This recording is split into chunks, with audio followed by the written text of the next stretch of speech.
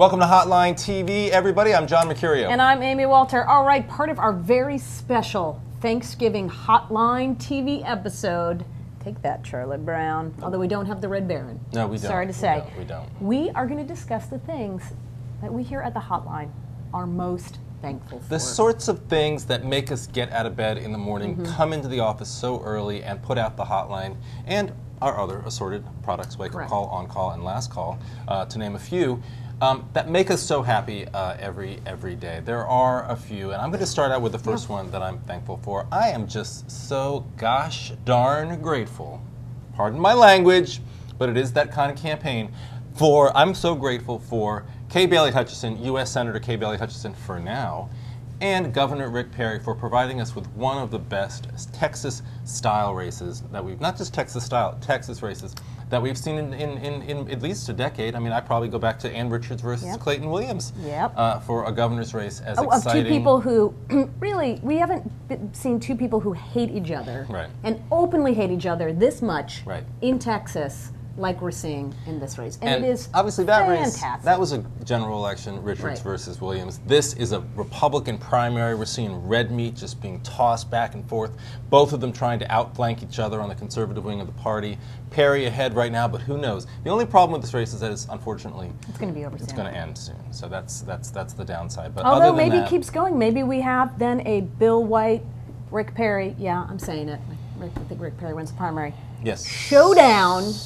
That could continue. Fascinating. And maybe we'll get back into this. It won't have the early same 90s. It won't have the same magic. Well, that's it won't true. have the same Hutchison-Perry magic. But anyway. All right, I'll tell you what I'm thankful for. I'm thankful for the state of Nevada because it's a good race. It's a good state. Per capita, it's a big state geographically, but per capita they have more scandals and drama than any other state in the country. I mean, Massachusetts, nothing on it. Rhode Island, all those places that have your typical scandals.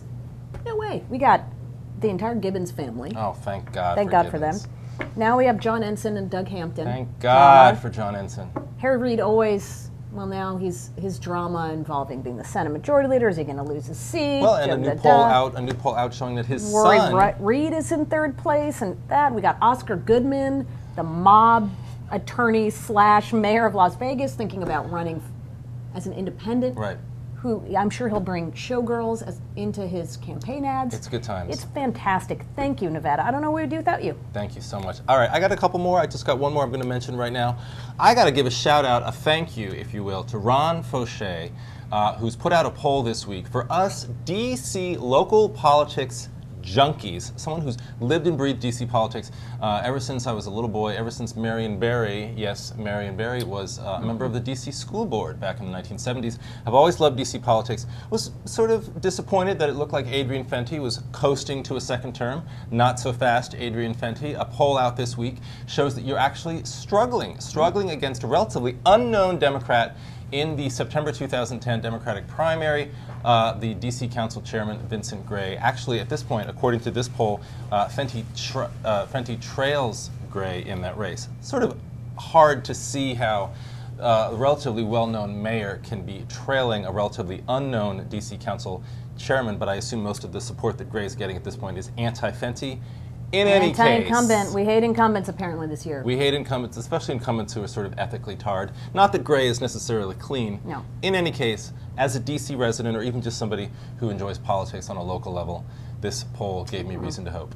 Oh, that's so nice. Isn't that nice? Thank you, Ron. That's a really nice one. All right, last but not least, I am thankful, John, for those awkward political man hugs. Those are awkward and good. Without that hug/kiss between Lieberman and Bush at the State of the Union, we never would have had the Ned Lamont, Joe Lieberman race, which was one of the best things that came out of 2006.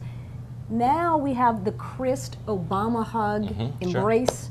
That has given us a fantastic Florida primary, Florida Senate primary. I don't think Rubio would have gotten any traction were it not for his embrace of the president and the stimulus. So I want to see more of those. The McCain-Bush hug. Right. Talk about that. I didn't, but I mean that was probably the more awkward one. That was literally, physically, and everything. And for everything, for all of them. Yeah, awkward man hugs are always good, whether or not they're political. All right, moving right along. We have just one last word for you, ladies and gentlemen, before you dig into your turkey dinners on Thanksgiving. Yes.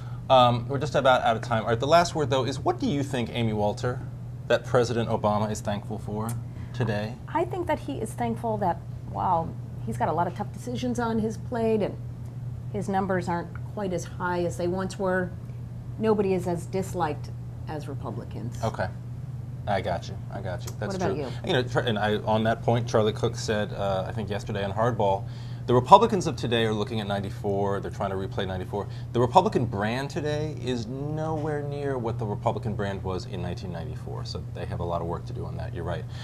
Sort of along those same lines, I think Obama has one of the biggest, if not the biggest, decision to make in the next week. He's now said that he will make an announcement about his decision on Afghanistan next week, following the Thanksgiving Day weekend. I think he's thankful this weekend that for the timing of that decision, in the sense that he now has probably about a 5-day blackout on news coverage of him. The speculation, people pretty much tune out and turn out over Thanksgiving. Media stops covering politics in such an intensive way, and I think he has a little bit of a breather before he has to make this big decision. So he's thankful that this is coming over the Thanksgiving break. All right.